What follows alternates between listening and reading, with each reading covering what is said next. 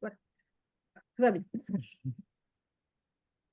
Ok, j'ai retrouvé tout. Donc, Le merci. micro n'est pas. Ah, Non, on en aura un seul. Donc, merci à toutes les personnes qui sont présentes cet après-midi. Donc, concernant l'atelier dont le thème est comment entreprendre en situation de handicap. Donc, cet atelier s'inscrit dans le cadre du projet de l'égalité entrepreneuriale qui est porté par la préfecture et sa délégation régionale aux droits des femmes et à l'égalité et par la CTM avec sa délégation Martinique pour l'égalité hommes-femmes. Donc, merci à tous d'être présents. Le QR code que vous voyez sur la page d'accueil, c'est pour un questionnaire qui est très important pour nous, pour ce projet et pour vous, pour en fait pouvoir montrer l'intérêt de ce projet, de ces actions et permettre en fait de pouvoir continuer l'année prochaine. Donc, si vous pouvez déjà le flasher, je mettrai aussi le lien directement dans le chat tout à l'heure pour que vous puissiez en fin d'atelier le remplir. Donc, merci vraiment à vous pour ça. C'est vraiment important. Donc, je vais laisser la place à Madame Augustin Charlery et à Madame Savon qui vont donc pouvoir commencer l'atelier.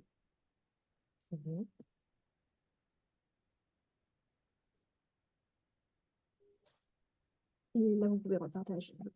Du coup, ça n'a pas. Bon.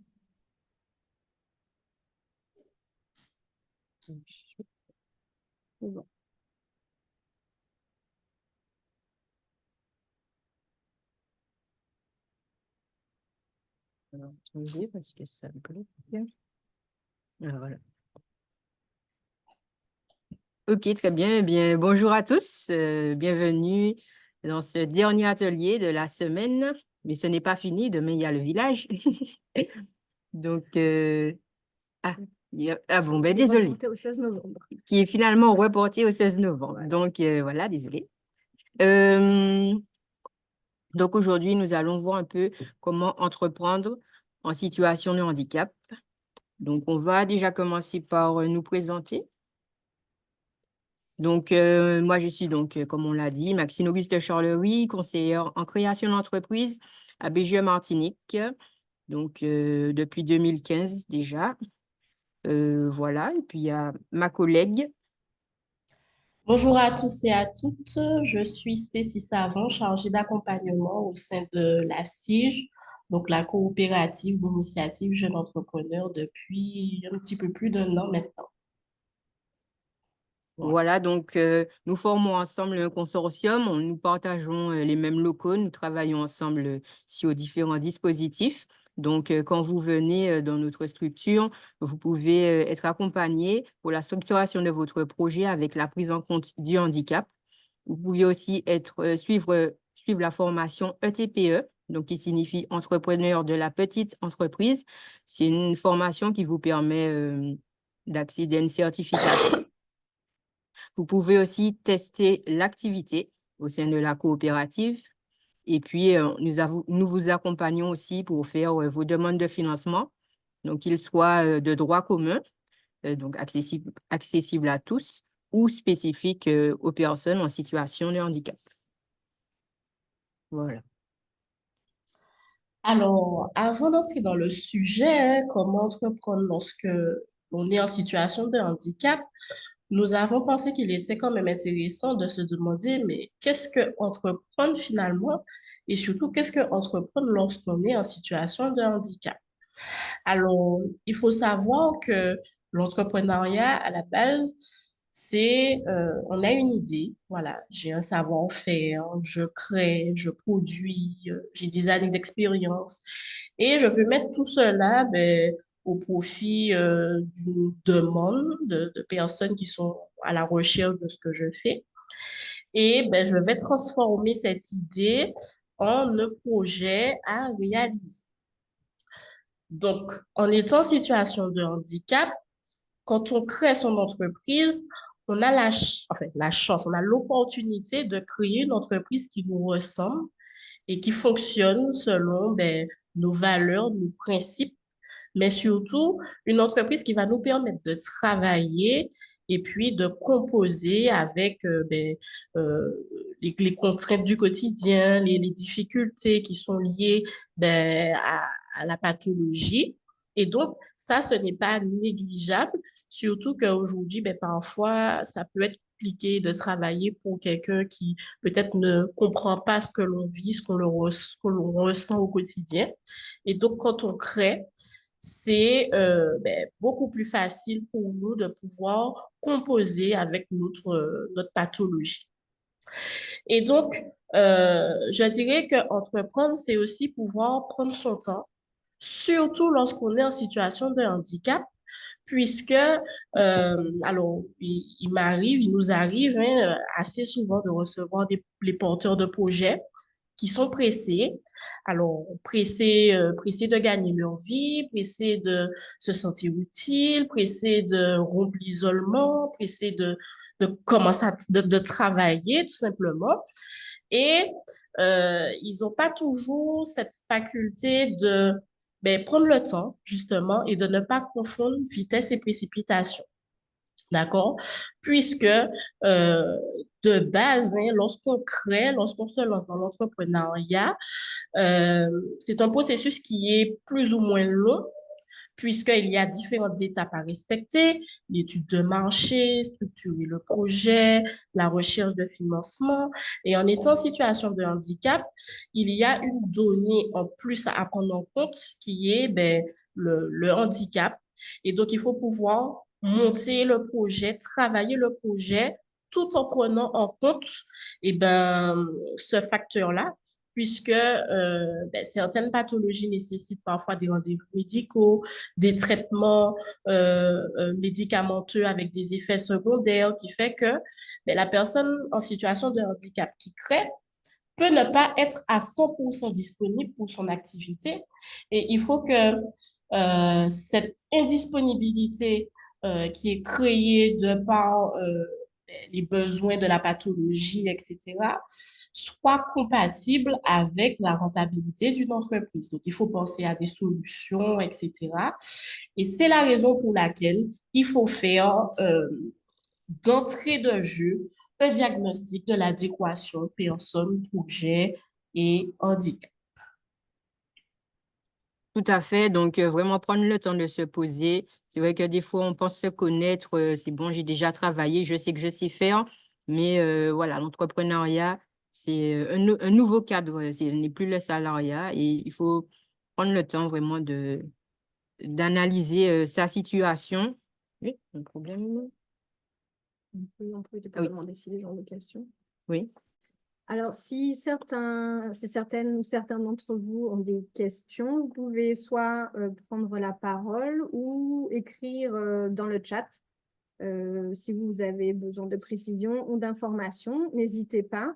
J'en profite pour vous dire que donc cet atelier sera en replay. Je vais vous partager un lien où vous pourrez vous inscrire pour recevoir ce replay et aussi tous les autres replays de la semaine.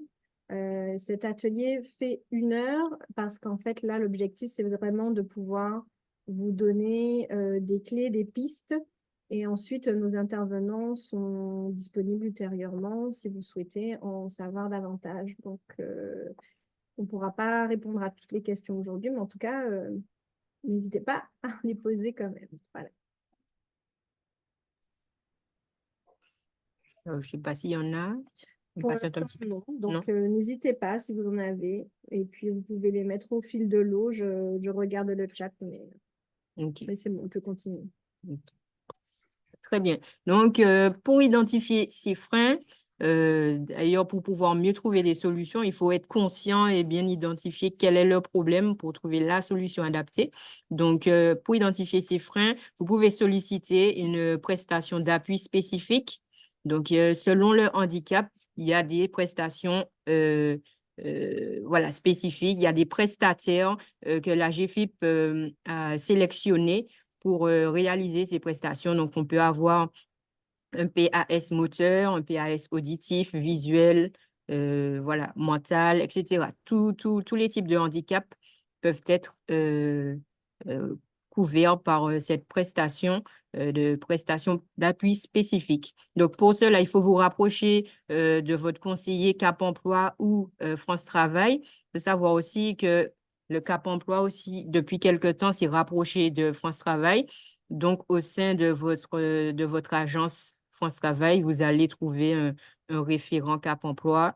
Alors, il n'est pas forcément là tous les jours, mais ils travaillent de plus en plus ensemble pour offrir le meilleur service possible. Donc, voilà, il faut vous rapprocher donc du coup de votre conseiller ou en dernier recours de la GFIP si vous avez des difficultés. Mais voilà, ça devrait aller. Donc, c'est une première prestation donc, qui vous permet de faire le point sur les attentes du métier que vous ciblez et qui va permettre aussi de vous donner des indications sur les solutions existantes pour compenser le handicap. D'accord? Et puis, vous pouvez aussi réaliser un diagnostic en étant accompagné d'un professionnel de la création. Alors, pourquoi on a mis d'un ou deux professionnels? Parce qu'il ne faut pas hésiter pas hésiter à se faire entourer de plusieurs conseillers. Voilà, ne pas s'arrêter sur une seule personne. Il est bon de chaque personne un peu sa spécialité, sa sensibilité. Et quelqu'un peut penser à un conseil, un autre à un autre conseil. Donc, n'hésitez pas. Chaque conseiller a aussi son parcours professionnel, son parcours de vie. Donc, il peut amener des conseils plus ou moins différents. Donc, voilà, il est bon de ne pas hésiter à multiplier le nombre de conseillers. Voilà. Donc, voilà, ce conseiller vous permettra, avec un regard d'expert sur la création d'entreprise, de vous aider à voir un peu quelles compétences il faut acquérir pour être un chef d'entreprise. D'accord? Donc, voilà quelques questions que vous pourrez vous poser.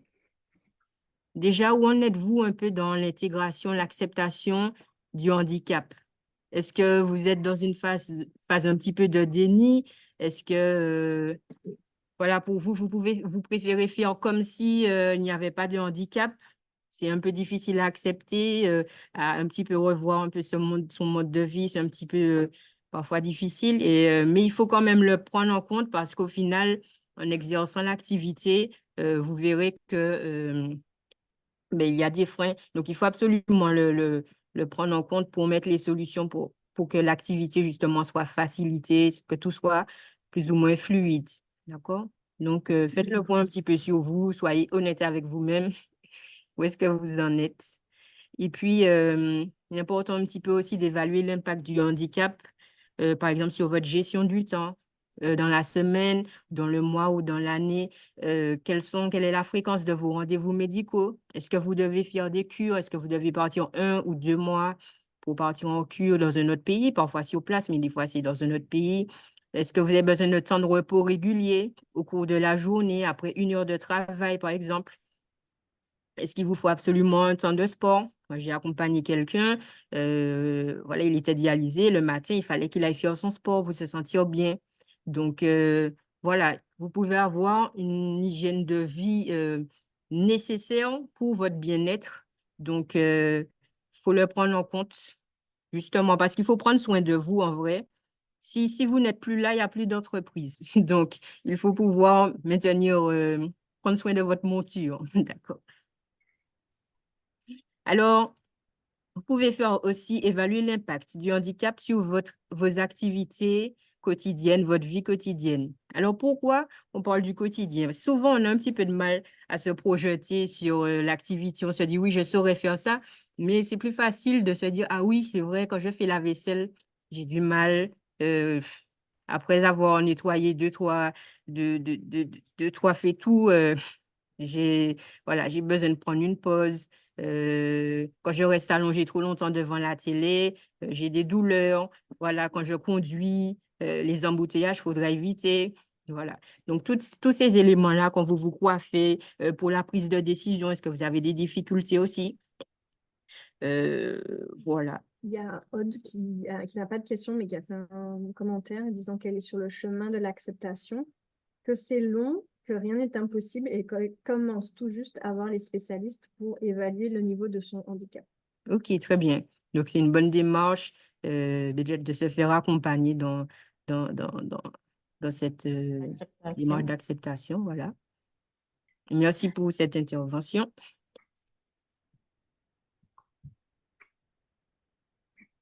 Donc, voilà. Donc, quel est votre besoin en couverture sociale, couverture santé? Voilà, est-ce que vous avez besoin d'un bon remboursement? Ça aussi, ça peut impacter aussi le choix du statut juridique, par exemple.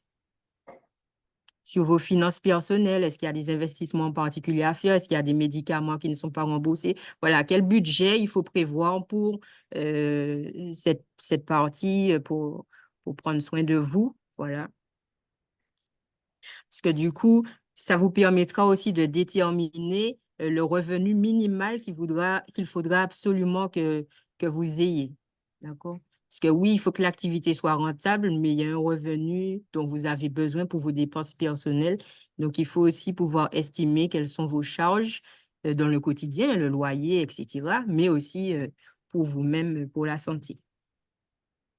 Et puis enfin, par rapport à la future activité entrepreneuriale, voilà, est-ce que vous aurez des difficultés pour réaliser les tâches administratives et comptables?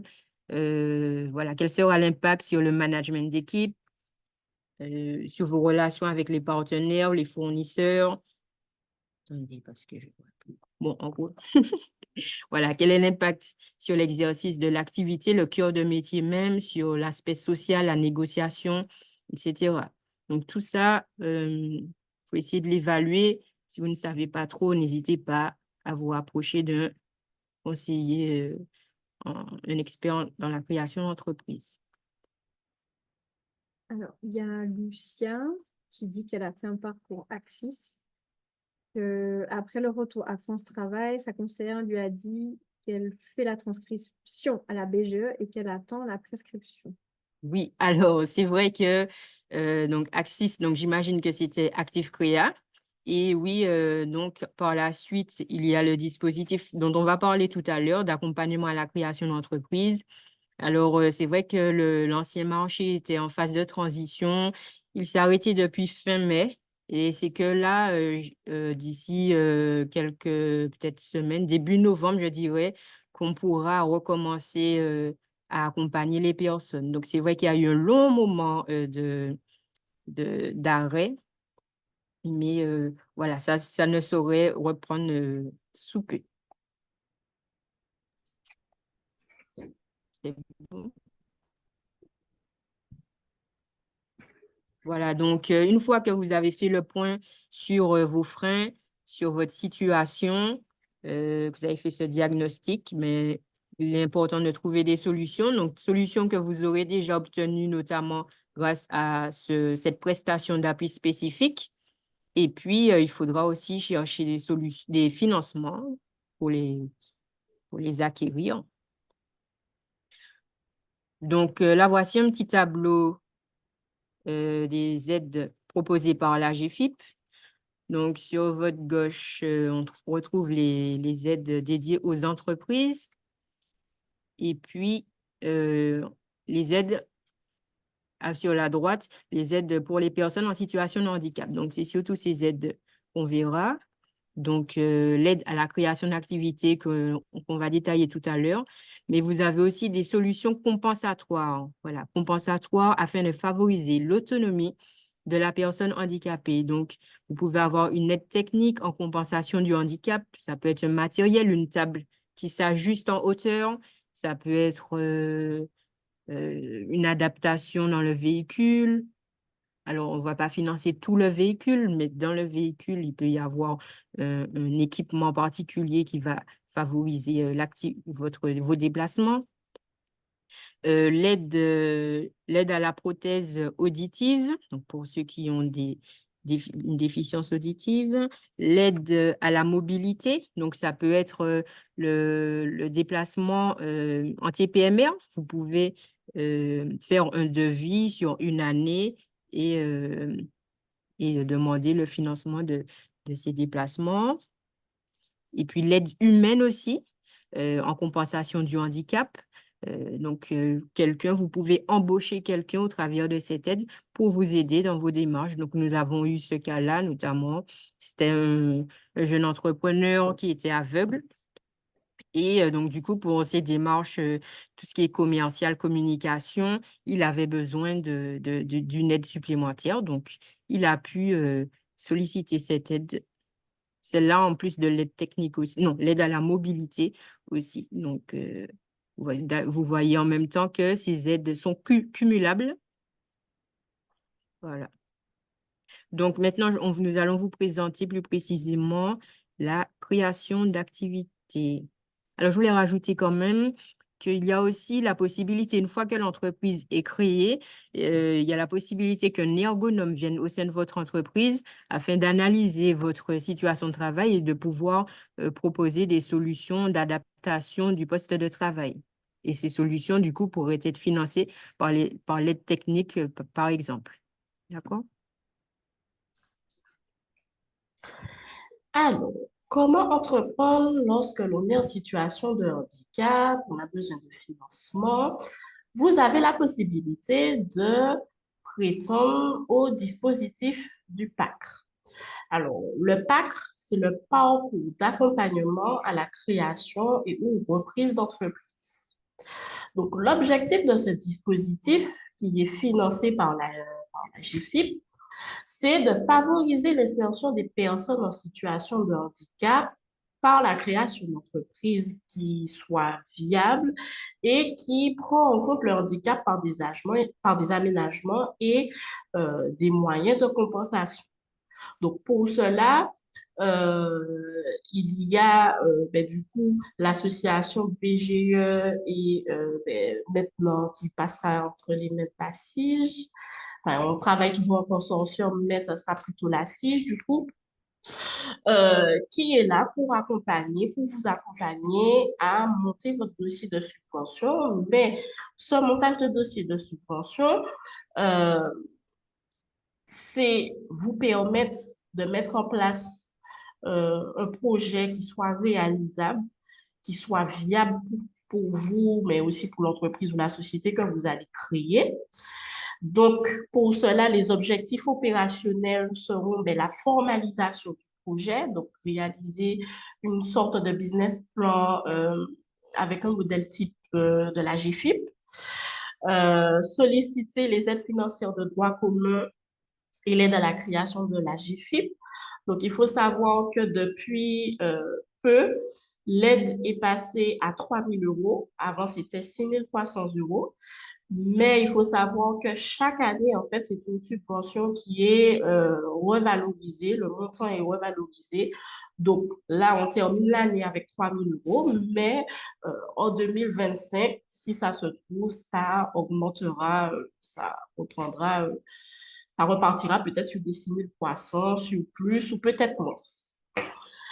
Euh, Quelle est la procédure pour pouvoir entrer dans le dispositif du PACR? Tu peux changer la slide. Alors, la procédure, elle est la suivante. Donc, comme l'a dit Lucia, sa conseillère devait lui faire une prescription. Qu'est-ce qu'une prescription? Donc, soit vous relevez du Cap emploi, France Travail ou bien des deux. Vous discutez avec votre conseiller pour lui dire que vous avez un projet de création. Celui-ci nous fera une fiche sur laquelle on va retrouver vos coordonnées, le projet, les différentes étapes, où vous en êtes un petit peu dans votre projet. On va nous adresser cette fiche par mail et nous, on s'engage dans les 3 jours à prendre contact avec vous et vous fixer un rendez-vous d'accueil. Au cours de ce rendez-vous d'accueil, donc entretien d'accueil, on vous explique un petit peu les conditions d'attribution de la subvention, comment on travaille, qu'est-ce qui est attendu de vous. Ça vous convient ou ça ne vous convient pas, ou peut-être dès l'accueil, on va estimer que vous n'êtes pas éligible pour différentes raisons.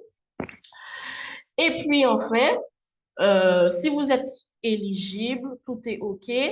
À ce moment-là, un conseiller, une conseillère vous sera attribué. Avec cette conseillère, vous allez avoir un premier rendez-vous qui servira à faire un diagnostic.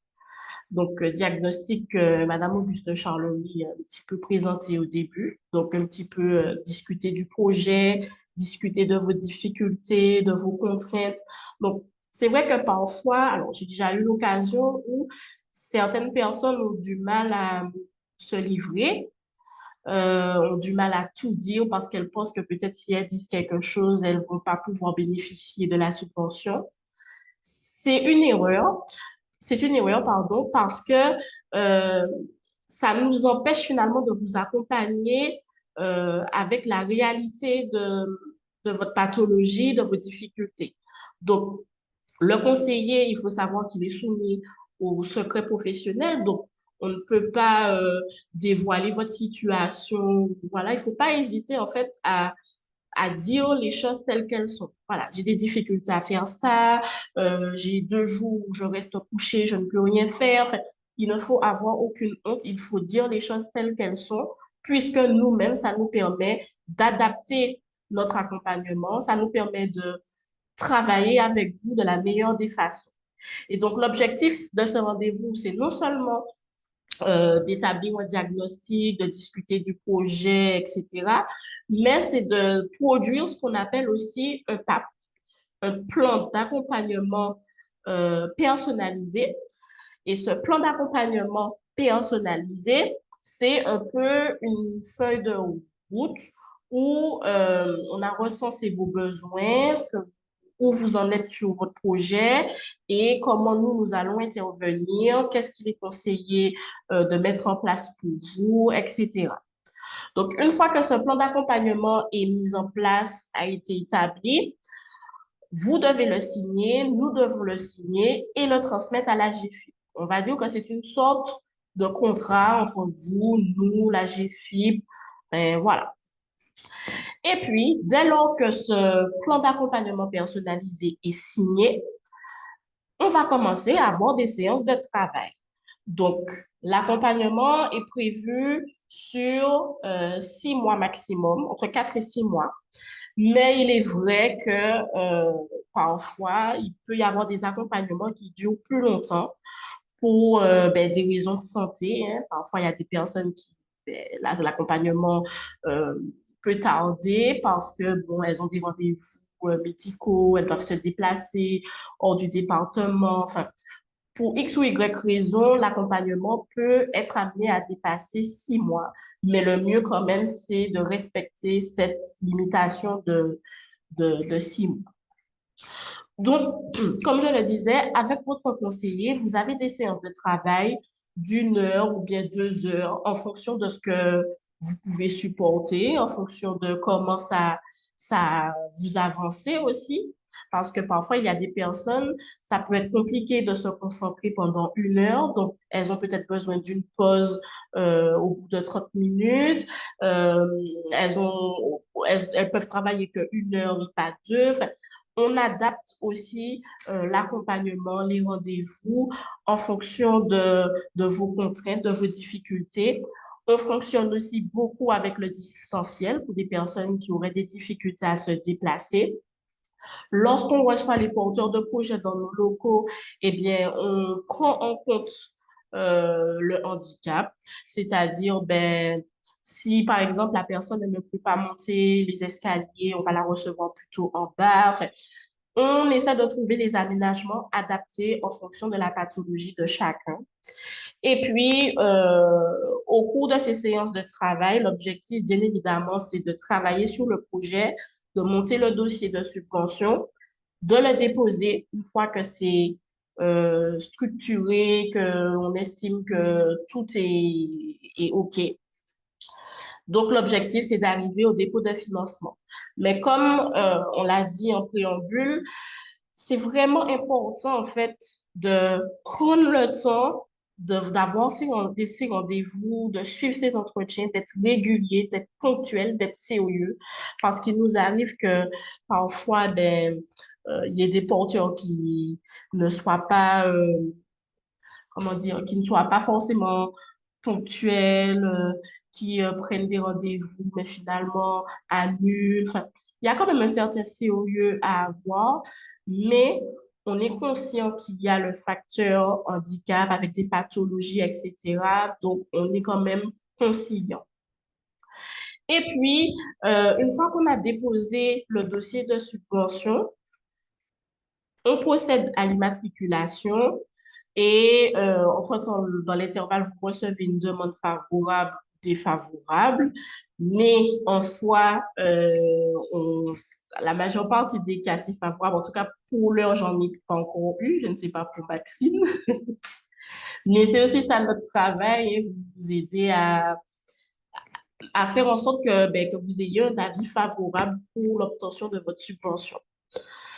Et puis, une fois que tout cela est fait, qu'on a réglé toutes les formalités, on passe à ce qu'on appelle un suivi post-création, où ben là encore, après avoir créé, on reste disponible pour des rendez-vous. Alors, c'est 15 heures sur 3 ans, où vous pouvez solliciter votre conseiller pour, voilà, vous avez un problème par-ci, par-là, vous auriez aimé avoir un entretien, un rendez-vous, c'est possible, on peut intervenir sur, pas sur tout, mais on peut essayer de voir comment on peut vous aider selon la problématique.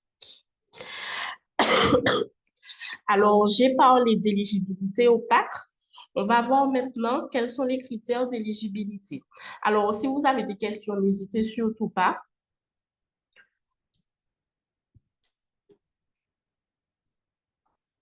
Sinon, eh bien, on passe aux critères d'éligibilité. Alors, pour être éligible au PAC, il faut bien évidemment être en situation de handicap, avoir un projet qui soit réaliste et défini, c'est-à-dire que vous devez avoir un projet et vous dire que c'est ce que je veux faire et pas un autre projet ou alors être juste à l'étape de l'idée.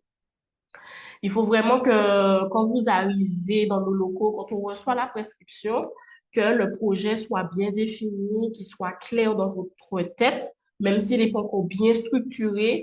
Mais si, par exemple, vous voulez ouvrir un magasin, ben c'est je veux ouvrir un magasin et c'est pas dans 2 jours, vous revenez, vous nous dites, finalement, je préfère faire me lancer je sais pas moi, dans le jardinage ou enfin je dis n'importe quoi, mais il faut vraiment que ça soit défini, que ça soit clair. Aussi, il faut que vous soyez formé pour le projet, donc être opérationnel, hein, puisque euh, il y a certains secteurs d'activité qui sont dits réglementés et d'autres qui ne sont pas libres d'accès. Vous devez nécessairement avoir des diplômes, des formations pour pouvoir exercer, pour pouvoir créer l'entreprise. Donc, c'est là aussi l'une des raisons qui peut faire que vous ne soyez pas éligible, c'est s'il vous manque une formation, s'il vous manque quelque chose pour, euh, pour pouvoir, vous devez vous former sur peut-être 1 an, 2 ans, ça peut être un critère qui ne vous rend pas éligible. Et puis, comme je le disais, il faut quand même être disponible et motivé. La motivation, c'est très important. Il nous est déjà arrivé d'avoir des personnes qui commencent et puis finalement, bon, en cours de route, voilà, ça n'aboutit pas. De toute façon, j'ai envie de dire que dès le début, on arrive quand même un petit peu à sentir qui est vraiment motivé, qui ne l'est pas. Mais ça peut arriver que quand même, il y ait quelques-uns qui passent entre les tailles du filet. Donc, il faut quand même être disponible et motivé.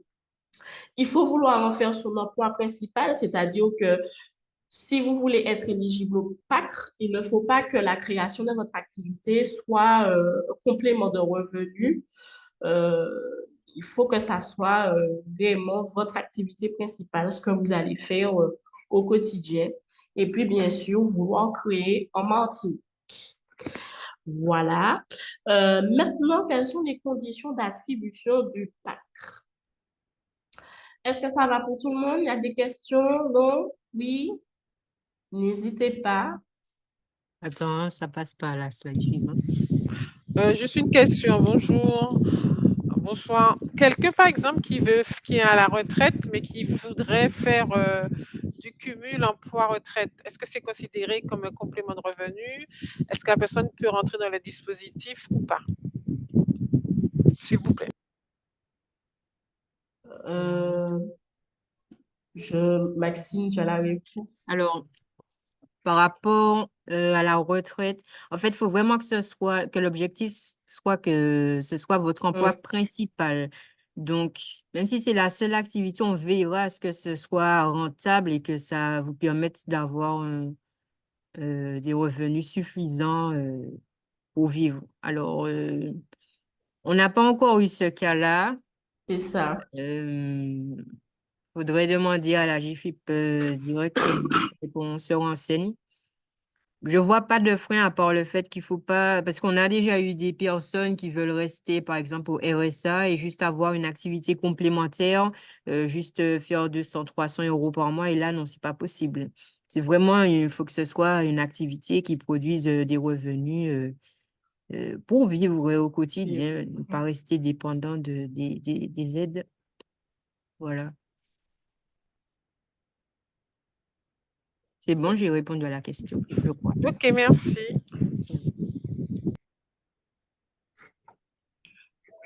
Alors, juste pour compléter un petit peu, effectivement, là, on a parlé de créer en Martinique. Oui, parce que si vous voulez créer sur un autre territoire, il va falloir vous rapprocher de la BGE de ce territoire pour bénéficier de ce même dispositif. Puisque la GFIB, en fait, c'est une structure nationale et c'est sur chaque territoire qui est décliné, que toutes ces aides sont déclinées. Voilà. Et sur chaque territoire, il y a un prestataire dédié. Actuellement, c'est BGE sur le national. En Martinique, ce sera à partir de cette année la SIGE, bien que nous travaillons ensemble. Donc, voilà. Donc, Parfait. pour les conditions d'attribution. Alors, pour pouvoir bénéficier du PAC, enfin de la subvention, il faut avoir un projet qui soit chiffré à hauteur de 7 500 euros minimum. Autrement dit, si votre projet, vous avez besoin de juste 5 000 euros, je dis juste, c'est déjà beaucoup. Mais si il fait 5 000 euros, 4 000 euros, 3 000 euros, votre projet ne sera pas éligible puisqu'il faut que vous ayez besoin d'un montant minimum de 7 500 euros. Donc, il peut faire 10 000, 15 000. Après ou avant, il faudra solliciter d'autres aides, mais il faut qu'il fasse 7 500 euros. Il faut aussi avoir un apport personnel de 1 200 euros. C'est-à-dire que vous devez avoir justifié que vous avez sur un compte en banque 1 200 euros. Donc, on vous demandera un relevé de compte pour justifier que vous avez effectivement cet argent sur votre compte. Et puis, l'aide de la subvention sera versée en une ou deux fois. Donc, il faudra présenter un justificatif d'immatriculation, euh, des bons de commande ou alors des factures acquittées pour justifier de ce que vous avez dépensé avec cette somme d'argent. Mais à savoir, ces dépenses que vous ferez seront prévues déjà dans votre plan de financement qui sera travaillé avec votre conseiller plutôt. Donc, voilà pour les conditions d'attribution. Euh,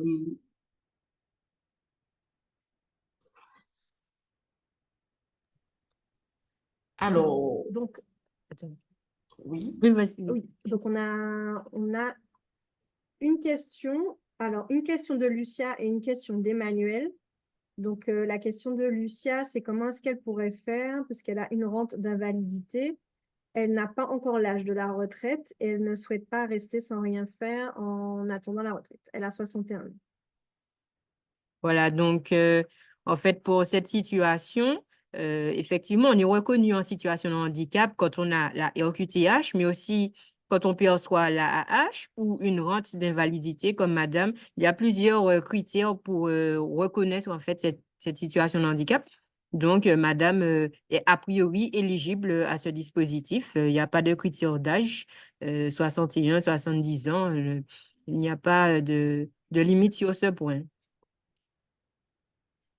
Tout à fait. Lucia, elle a répondu à votre question.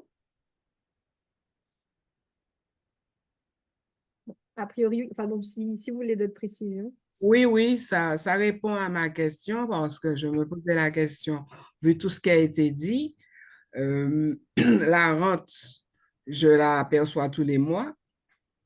C'est vrai que je n'ai que 61 ans, je suis en situation de handicap, mais je ne peux pas rester sans rien faire. Ça, ce sera trop pesant pour moi parce que j'ai toujours travaillé. Donc, j'ai travaillé en ESAT, donc j'accompagnais des personnes. Et là, je me retrouve à la maison, je ne peux pas tourner mon pouce. Donc, comme j'aime beaucoup créer des bijoux, j'aime beaucoup faire un petit peu de couture. Donc, je me suis dit, ce serait bien que je puisse avoir un complément avec ce que je sais faire. Donc, voilà pourquoi j'ai pensé à être porteuse de projet et pour ne pas rester à ne rien faire et aussi pour proposer ce que je fais. Ok. Eh bien, ce sera. Alors, vous avez parlé de notion de complément qu'on a un peu abordé tout à l'heure. C'est vrai que ici, pour un complément de 200, 300, 500 euros par mois, voilà, il y a un souci quand même de revenus. Il y a des Euh, attentes quand même. Je pense pas que ce sera 200, 300 parce que là, je pense vraiment m'investir complètement parce que c'est quelque chose c'est une compétence que j'ai, que je maîtrise parfaitement.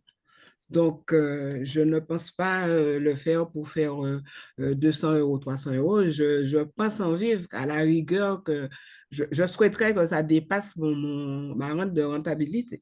Ok. La rentabilité, ça dépasse ma rente En mode de validité. de Ok. validité. Alors, ensuite, il y avait Emmanuel. Donc, je ne sais pas si vous vouliez poser la question à l'oral, vous l'avez aussi posée à l'écrit. Donc, la question, c'était si le projet se développe sur la Martinique et la Guadeloupe, peut-on être accompagné? Donc, je suppose que c'est une seule activité qui, du coup, se déploie sur un autre territoire, si j'ai bien compris. Oui, c'est bien ça. Ok, merci. alors, accompagner dans quel sens? En fait, c'est-à-dire que comme j'aurai des prestations qui se dérouleront en Guadeloupe également, est-ce que si par exemple j'ouvre une autre structure en Guadeloupe, est-ce qu'il faudrait que je refasse les démarches au niveau de la BGE de Guadeloupe? Alors, alors, lorsqu'on Alors, perçoit l'aide de la GFIP, c'est une seule fois. On ne peut Mhm. pas en bénéficier plusieurs fois, quel que soit le territoire aussi. exact. Je- C'est bien dit. donc, Oui, une seule fois par personne. par Mm, personne. exact. Donc, du coup, faudrait peut-être si vous voulez ouvrir une structure ailleurs, faudrait peut-être se rapprocher de cabinets qui vous aident, peut-être à chercher d'autres types de financement Guadeloupe, mais ça ne sera pas pour le PAC, pour la subvention de la GFI. D'accord. Exact. Et puis, ce qui est préférable, pourquoi on dit de se rapprocher d'un cabinet sur le territoire? Parce qu'ils sont plus à même de vous accompagner sur l'étude de marché. Ils sont sur le territoire. Ici, ils le connaissent, ils sont à l'écoute. Nous, on se focalise plutôt sur la Martinique. Donc, voilà, c'est pour ça. Pour un meilleur accompagnement, il est préférable de vous rapprocher de ces cabinets. Puis c'est eux aussi qui connaissent les aides en Exact. cours sur leur territoire. Qu'est-ce que leur conseil régional, le conseil régional de Guadeloupe va proposer, etc. C'est pour cela que, voilà. Alors, il y a Ok, une personne, merci. il y a 2 questions. C'est bon, Emmanuel? Oui, c'est bon, merci.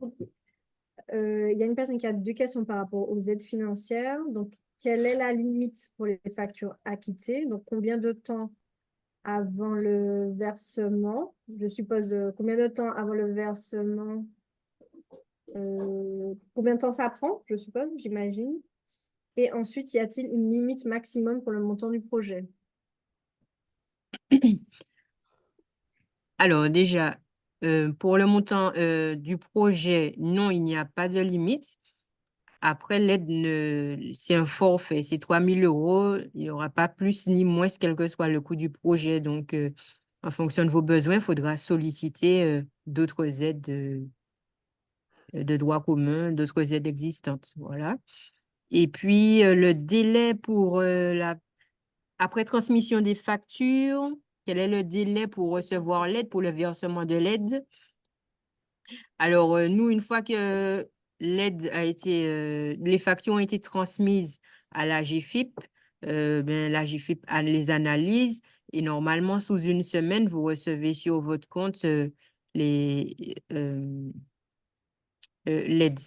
Donc, si ça prend un délai supplémentaire, là, il faut contacter la GFIP pour voir qu'est-ce qu'il en est, est-ce qu'il y a un blocage particulier. Mais normalement, sous une semaine, c'est fait. Tout à fait. Bon, j'espère qu'on a... Ok, c'est bon. A priori, on a répondu à sa question. Ok. Alors, donc, c'est bon. Désolée, parce que parfois, ça ne veut pas passer à la suite. OK. Alors, en étant en situation de handicap, vous avez aussi la possibilité de tester votre activité avant de vous lancer dans le grand bain. Donc, 2 façons de le faire. En vous immatriculant en entreprise individuelle au régime de la micro-entreprise. Donc, la micro-entreprise avec un administratif, une gestion qui est beaucoup plus allégée qu'en étant en société. Ou alors, vous avez la possibilité d'intégrer une coopérative. Alors, une coopérative, c'est quoi? C'est en fait une structure qui va vous permettre de tester votre activité de manière légale. C'est-à-dire que si, par exemple, je prends le cas de Lucia, qui fait ses petites confections de bijoux et qu'elle les vend de manière non déclarée, de manière informelle, en étant coopérative, elle peut être dite déclarée puisqu'elle va bénéficier du statut juridique de la coopérative avec un numéro SIRET qu'elle pourra utiliser si elle a besoin de faire des devis, des factures, etc. Aussi, en étant coopérative, notamment à la SIGE, la structure dans laquelle je relève, vous pouvez bénéficier de formations entrepreneurs de la TPE, donc avoir des notions sur les différentes étapes de la création d'entreprise, avoir un petit peu quelques notions sur ce qu'est un chef d'entreprise, des modules sur la comptabilité, etc. Vous pouvez aussi, enfin, vous avez normalement un conseiller qui vous est attribué, qui vous aide pendant que vous êtes en test, qui vous aide avec toute la partie administrative, gestion de votre entreprise. Alors, je vois la question de Sandy qui répond. Est-ce qu'on appelait ça auparavant couveuse? Tout à fait, c'est ça, c'est le terme, couveuse.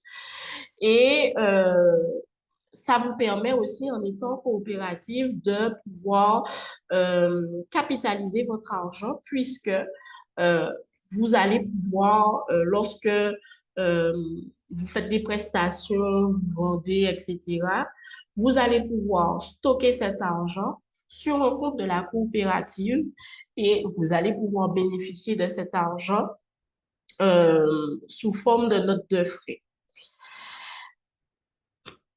Alors non, il n'y a pas de critère d'âge pour entrer à la CIG.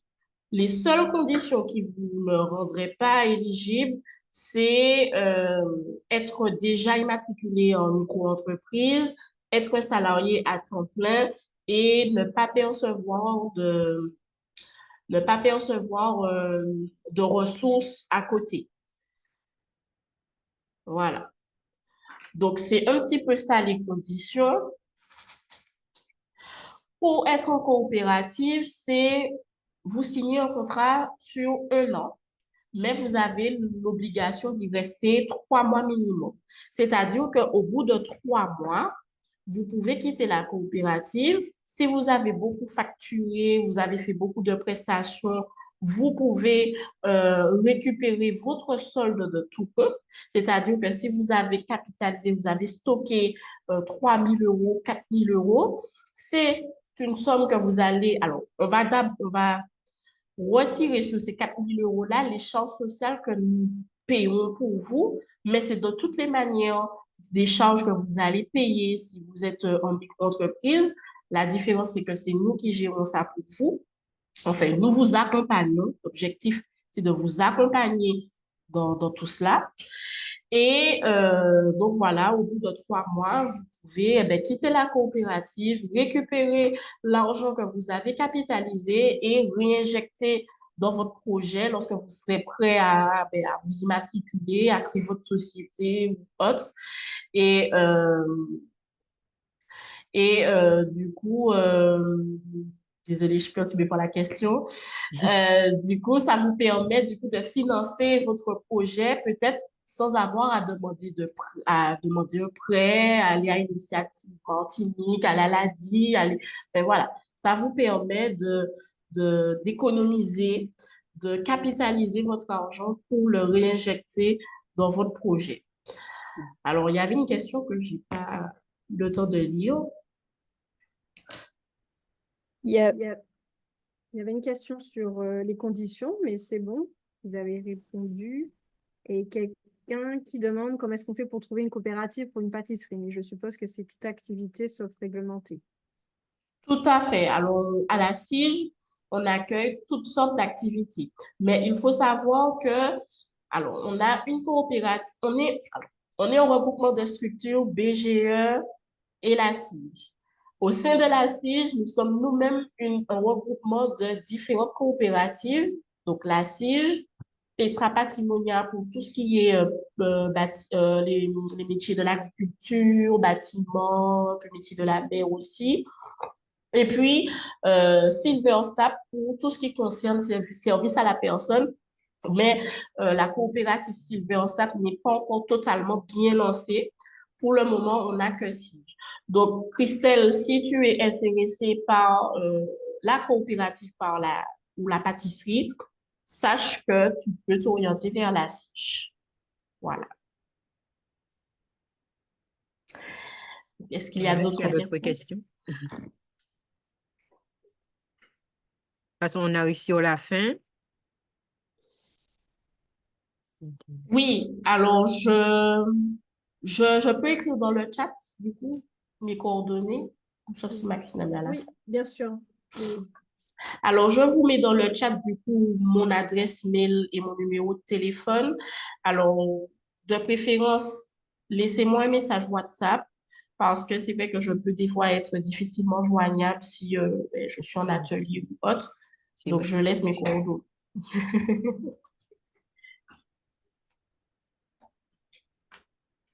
Voilà, donc là, on a un petit peu parlé de tout ce que vous pouvez faire en amont de la création d'entreprise. Mais voilà, tout au long de la vie d'entreprise, vous pouvez toujours chercher à améliorer votre entreprise, vos conditions de travail. Donc, déjà, en suivant dans un premier temps l'évolution de votre handicap, des fois, ça s'améliore, mais des fois, ça s'aggrave, malheureusement. Donc, il faut adapter au fur et à mesure l'entreprise à cette nouvelle situation. Et puis, rester en veille sur les solutions qui peuvent exister, qui peuvent, les nouvelles technologies, par exemple, qui pourraient améliorer votre activité, faciliter la réalisation de vos missions. D'accord? Et puis surtout, ne restez pas seul. Alors, j'avais mis au féminin parce que c'était égalité entrepreneuriale. Bon, on était plus axé sur les femmes. Mais, monsieur, ne restez pas seul non plus, d'accord? Monsieur qui est suivi par moi, hein, d'ailleurs. Voilà, donc il faut intégrer des réseaux d'entrepreneurs et pour échanger, pour voilà, des fois c'est en discutant qu'on trouve une solution à son problème. Alors en Martinique, il n'y a pas encore de réseau donc TIH, travailleurs indépendants handicapés. Mais quelqu'un pourrait initier cette démarche. Justement, vous pourriez échanger plus spécifiquement sur les outils, les astuces que vous avez trouvées. Alors, c'est vrai que les handicaps sont divers et que même si on a le même handicap de nom, concrètement dans la vie quotidienne, c'est pas forcément le même impact, c'est pas forcément les mêmes souffrances. Néanmoins, vous pouvez quand même échanger. Je suis sûre que vous trouverez des solutions. Donc, voilà. N'hésitez pas à créer ce réseau, à rester en contact. Quand vous êtes accompagné par des structures ben, et que vous avez contact avec quelqu'un qui est en situation de handicap, n'hésitez pas à garder le lien. Voilà. Mais c'est ce qu'on voulait rajouter. Donc, Parfait. voilà, et puis enfin, juste pour dire que dans un mois, jour pour jour, parce qu'aujourd'hui 18, et donc le 18 novembre, va commencer la semaine européenne pour l'emploi des personnes handicapées. Et cette année, la thématique, c'est handicap et parcours professionnel, comment assurer une vraie égalité des chances. Voilà, donc n'hésitez pas à rester à l'écoute, à vous approcher de la GFIP notamment pour savoir quels sont les événements qui seront mis en place parce que tous les partenaires, ou presque, mais en tout cas les partenaires qui interviennent dans le domaine du handicap mettront des Ils actions en sont- place sur cette thématique. Donc, restez à l'écoute. Euh, est-ce que c'est bon? Oui, c'est bon. Donc, Oui, je peux poser une question? merci à... Une question. Ah, il y avait une question Oui. Question. d'Emmanuel, c'est ça? Oui, c'est ça. Oui, je voulais savoir en fait comment en fait créer un réseau d'entrepreneurs. Est-ce qu'il y en a au niveau de la Martinique? Voilà, c'était ça ma question. Est-ce qu'il y a un réseau d'entrepreneurs en Martinique que je pourrais contacter? Alors, il y en a quelques-uns. Vous pouvez d'ailleurs vous retourner C'est à vers cause de Zit. moi. Pardon, alors, je vais répondre. Oui, Donc, il y a un guide, justement, un guide qui a été fait effectivement pour les femmes et qui peut effectivement peut-être intéresser monsieur. Donc, le lien est sur le chat. Donc, qui a été créé en collaboration avec Zétoile. Zétoile, qui est une plateforme en fait d'orientation des entrepreneurs et entrepreneuses, où vous pourrez trouver les aides financières, les réseaux, et en fait, toutes les informations qui peuvent intéresser les personnes qui sont en projet ou qui se sont déjà lancées ou qui veulent se développer. Donc, c'est le lien que vous voyez, le guide de l'orientation entrepreneuriale, où vous aurez en fait toutes les informations concernant voilà, tout ce qui peut intéresser les entrepreneurs. Donc, soit le guide ou aussi le lien directement zétoile.mq. D'accord. Ok.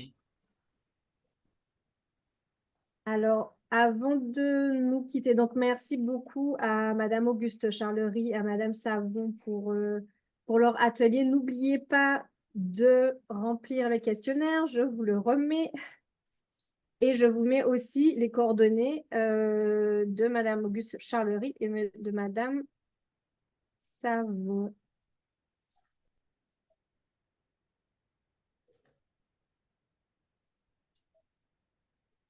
Voilà, donc en scannant le QR code, et donc vous avez les coordonnées. C'est bien ça? C'est parfait. Ok.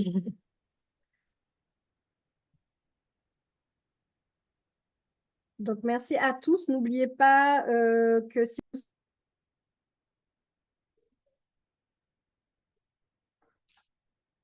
Ah, on n'entend pas. le compte Instagram du projet Faut que tu qui est juste au-dessus. faudrait que tu reprennes parce que j'ai coupé encore le micro. Désolée à tous. Comme on utilise un seul micro, Pardon, alors je ne sais pas jusqu'où vous avez entendu, donc c'était juste pour vous dire que le questionnaire, c'est important.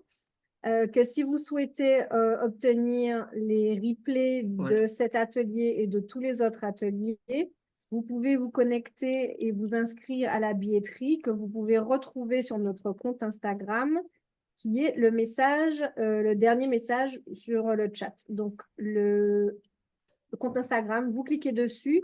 En bio, vous avez toutes les informations, le guide vers de l'orientation entrepreneuriale et la billetterie où vous vous inscrivez pour obtenir tous les replays qui seront normalement disponibles courant de semaine prochaine ou d'ici 2 semaines maximum. Voilà. Est-ce qu'on a des dernières questions? N'hésitez pas, c'est le moment.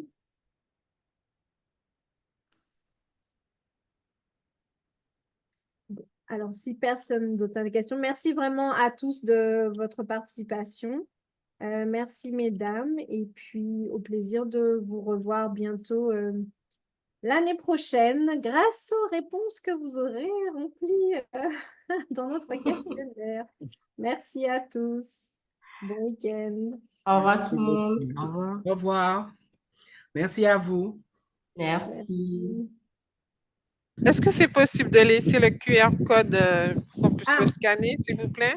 Oui, bien 2 sûr. petites minutes et puis ça devrait être bon. Bien sûr, bien sûr. Merci Merci à vous.